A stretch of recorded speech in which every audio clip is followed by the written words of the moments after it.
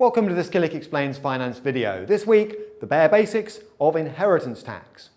Now, inheritance tax is a pretty brutal tax. As Christopher Bullock put it, it is impossible to be sure of anything but death and taxes, and this one unfortunately combines the two.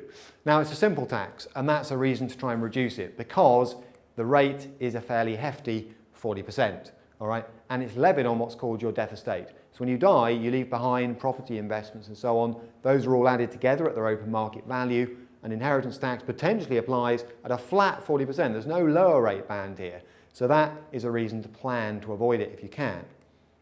The tax is normally due within 6 months of the date of death. So other family members will be scrabbling around trying to organise payment of this tax, and therefore it's potentially a way that family wealth can be depleted, and it can create a cash flow headache too, where the assets left behind are relatively illiquid.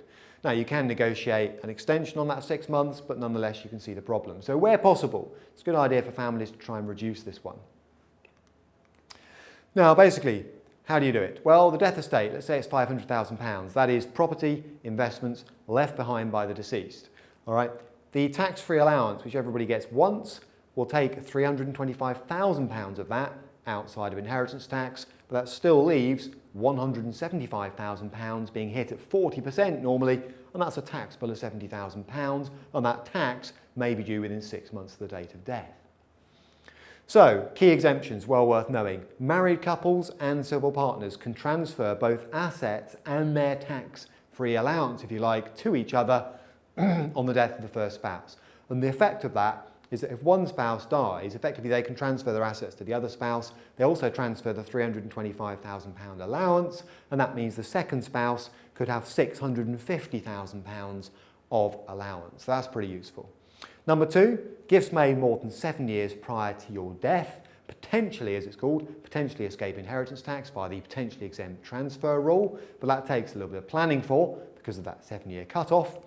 Then, regular gifts made out of income, annual gifts of up to £3,000 to one person, individual gifts of up to £250 per person to anybody else, and wedding gifts up to a certain size also escape inheritance tax in the sense that they are excluded from your death estate.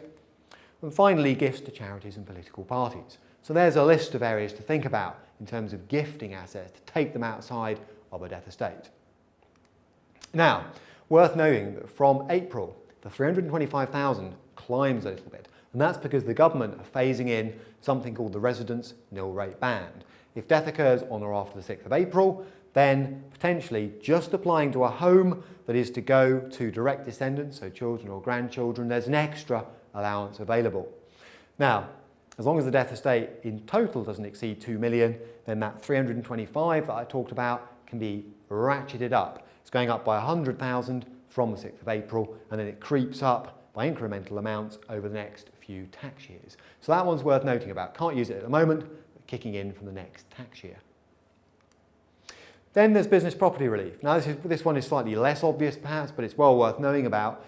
It's available at 100%. So in other words, it could move an entire asset outside of your death estate without having to wait 7 years. The way this one works is it's on businesses, interest in a business, and or shares in unlisted companies. And for example, subject to certain conditions, that can include AIM shares. So worth checking this one. Deceased must have owned the assets for at least 2 years prior to death, and it can include certain shares that you may hold or may want to hold, so well worth checking the qualifying conditions. But that's an extra relief, and it can be as high as 100%. Now, I'm going to finish on a couple of administration points, if you like. The first one is, it's really important to make a will. One of the reasons is inheritance tax. Basically, for inheritance tax efficiency purposes, in a family, you want assets to pass down or maybe sideways, but not up the family tree. If assets move back up the family tree, you are potentially increasing the amount of inheritance tax the family will end up paying. So a will can clearly specify where the assets go on death. It's a very useful document for that and a number of other purposes too. Another thing to watch out for is gifts. People say, well, okay, if I gift an asset in the right way, it moves it outside of my death estate for inheritance tax purposes. True, but watch out for capital gains tax. This takes a bit of planning. Imagine a father wants to gift a second property to a son, for example. Fine.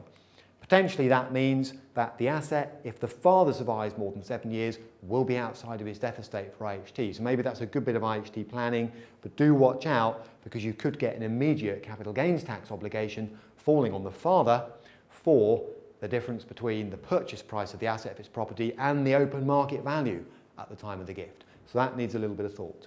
And make sure with all taxes and with all transactions of this kind, you keep records. Okay, there you have it, a fairly basic tour of inheritance tax, some things to think about there, and obviously some more questions that could be answered. So editor@killik.com for those, and killikexplains.com for related videos.